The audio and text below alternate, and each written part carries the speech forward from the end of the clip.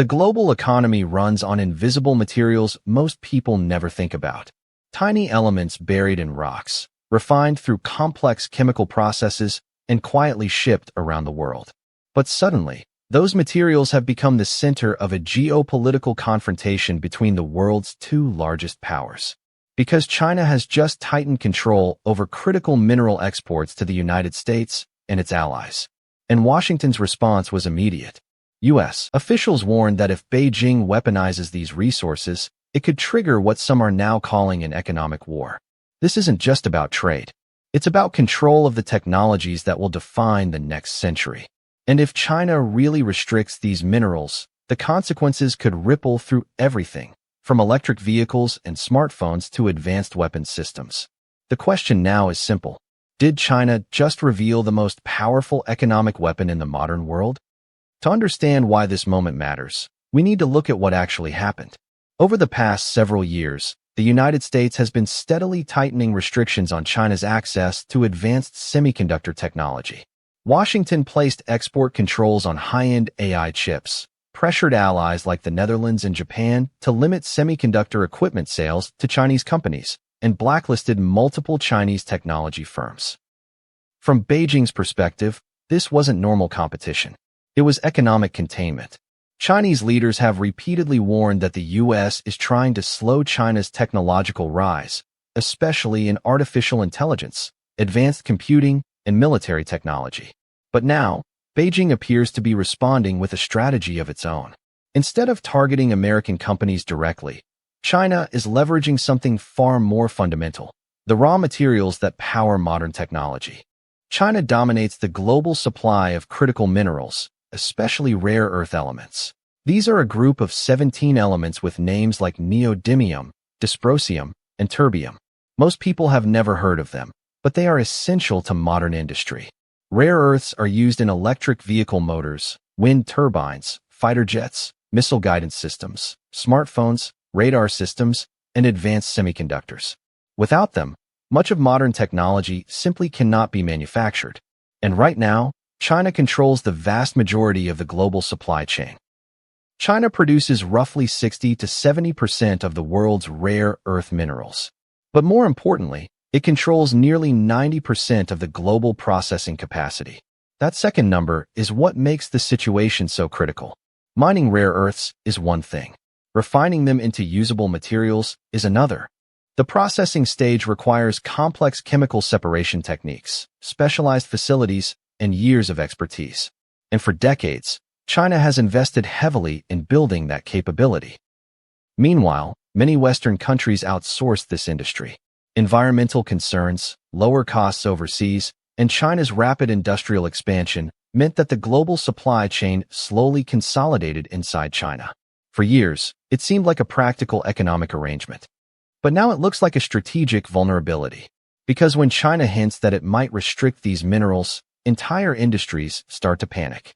And that's exactly what appears to be happening now. Chinese officials have introduced new export licensing requirements and tighter oversight for certain strategic minerals. On the surface, the measures are framed as national security protections and resource management. But the timing is difficult to ignore.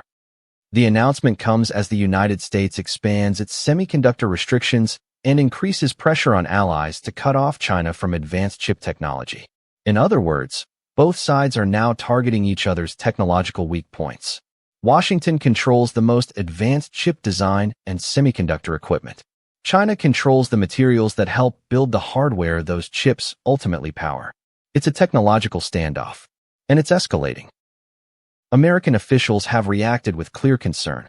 In Washington, lawmakers and national security analysts warned that mineral supply disruptions could cripple key sectors of the U.S. economy. Electric vehicle production could slow. Renewable energy projects could face delays. Defense contractors might struggle to secure materials for advanced weapons systems. Even consumer electronics could be affected if supply chains tighten. That's why the U.S. government has been racing to diversify its supply chains. Over the last few years, Washington launched multiple initiatives to build domestic mineral processing capacity and secure alternative sources abroad. New rare earth mining projects are being explored in the United States, Canada, and Australia. Partnerships are forming across Europe and Asia to build non-Chinese processing facilities. But there's a major problem. Building these supply chains takes time. Years, sometimes decades. Permits must be approved. Mines must be built. Refining infrastructure must be constructed. Environmental regulations must be addressed. Even with massive investment, replacing China's dominance won't happen overnight. And Beijing knows it. That's why many analysts believe China's mineral strategy is not about cutting off supply entirely. Instead, it's about leverage. By reminding the world of its control over these materials, China can signal that it has powerful tools to respond to Western technology restrictions. It's a warning shot in the broader economic competition between the two superpowers. And the competition is expanding far beyond chips. In recent years, the rivalry between the United States and China has spread across multiple industries. Semiconductors, artificial intelligence, electric vehicles, telecommunications, space technology, quantum computing. Each of these sectors is now seen as strategically important for economic and military dominance. And increasingly, governments are treating them not as economic warfare, but conducted through trade policy, industrial strategy, and resource control. And the consequences extend far beyond the two countries involved, because the entire global economy sits in the middle of this rivalry. European countries, for example, are deeply dependent on Chinese mineral processing. Japan and South Korea rely on rare earths for their electronics and automotive industries. Emerging economies are watching closely as supply chains begin to shift. The world is slowly moving toward a system where technology production becomes divided between geopolitical blocs. Some analysts call it technological decoupling. Instead of a single integrated global supply chain, countries may increasingly build parallel systems aligned with their political alliances. That process is already underway. The United States has pushed for friendshoring, encouraging supply chains to move to allied countries. China is investing heavily in domestic semiconductor development and strengthening its control over upstream resources. Meanwhile, countries like India, Vietnam, and Indonesia are positioning themselves as alternative manufacturing hubs. But restructuring the global industrial system is incredibly complex. Modern technology products often require materials and components sourced from dozens of countries. Rare earth minerals from China, lithium from Australia or South America, chip designs from the United States, manufacturing facilities in Taiwan or South Korea, assembly plants in Southeast Asia. Disrupt one part of that system, and the effects can cascade across industries. That's why investors, policymakers, and corporations are watching this mineral confrontation so closely. Because if China ever implemented a full export restriction on rare earths to the United States, the consequences would be immediate. Defense contractors could face supply shortages for key components. Electric vehicle manufacturers might struggle to secure magnet materials. Wind turbine production could slow. Prices for critical minerals could surge across global markets. And governments would be forced to accelerate emergency supply chain diversification. But there's another side to the story. China also depends heavily on global markets.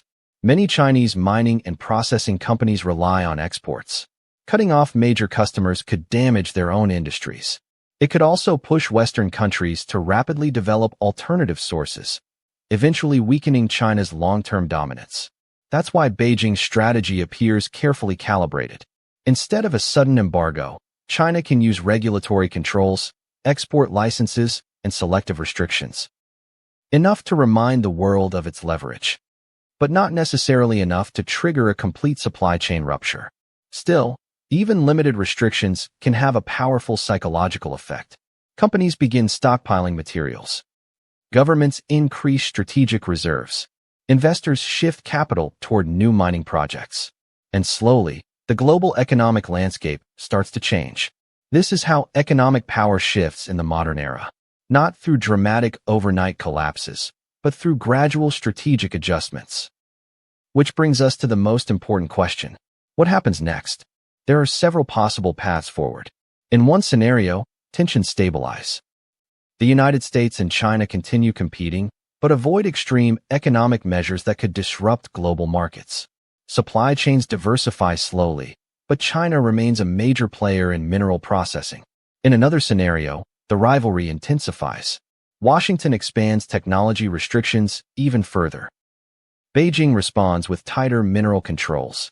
The global economy divides more clearly into competing technological blocks, and industries around the world are forced to choose sides.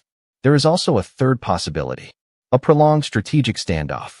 Neither side fully escalates, but both continue building economic resilience and preparing for future confrontations. That may already be happening, because beneath the headlines, both countries are investing billions into securing the resources and technologies of the future. Semiconductors, artificial intelligence, energy storage, critical minerals. These industries will define economic and military power for decades. And whichever country controls their supply chains will hold enormous influence over the global system. Which means this mineral dispute is not just a temporary trade conflict. It's a glimpse into the next phase of great power competition. A world where resources once considered obscure suddenly become geopolitical weapons, where supply chains become strategic assets, and where economic policy becomes inseparable from national security. The confrontation between China and the United States is no longer just about trade deficits or tariffs. It's about control of the technological foundations of the modern world.